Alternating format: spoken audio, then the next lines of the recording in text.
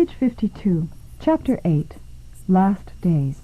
Near the end of July, it was warm and sunny. Sadako seemed to be getting better. "I'm over halfway to 1,000 cranes," she told Masahiro, "so something good is going to happen." And it did. Her appetite came back, and much of the pain went away. Dr. Numata was pleased with her progress, and told Sadako she could go home for a visit. Page 53. That night, Sadako was so excited she couldn't sleep. To keep the magic working, she made more cranes.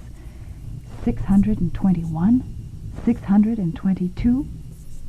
It was wonderful to be home with her family for Obon, the biggest holiday of the year. Obon was a special celebration for spirits of the dead who returned to visit those they had loved on earth. Mrs. Sasaki and Mitsu had scrubbed and swept the house until it shone.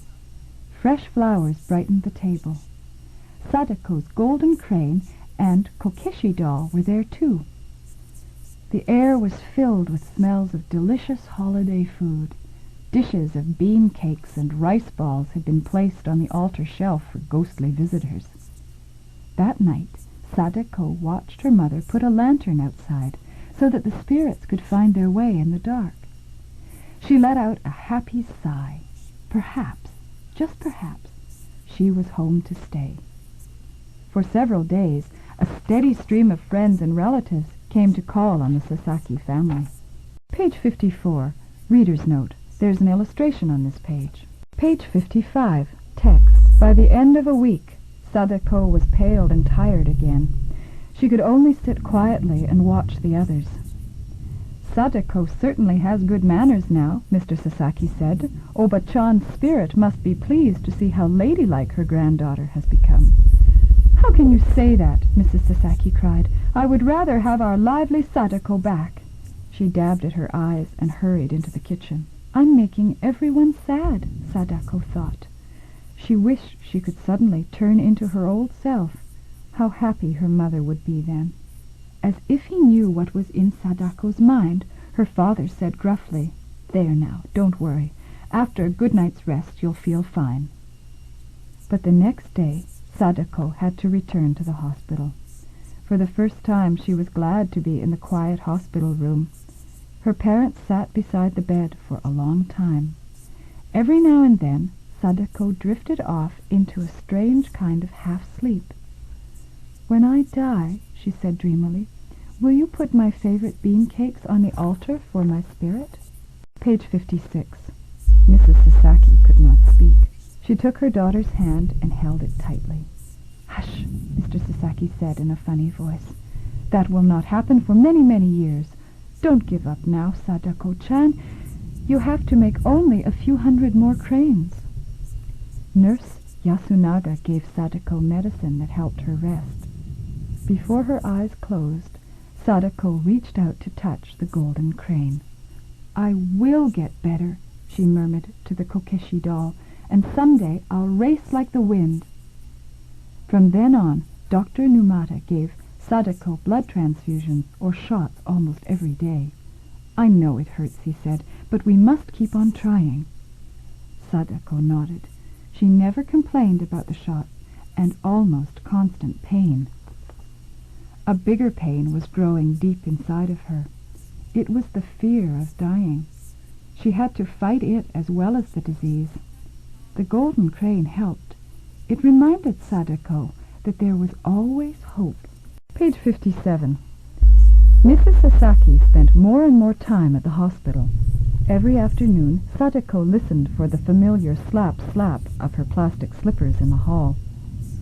All visitors had to put on yellow slippers at the door, but Mrs. Sasaki's made a special sound. Sadako's heart ached to see her mother's face so lined with worry.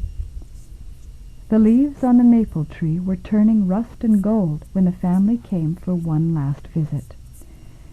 Ichi handed Sadako a big box wrapped in gold paper and tied with a red ribbon. Slowly, Sadako opened it. Inside was something her mother had always wanted for her, a silk kimono with cherry blossoms on it.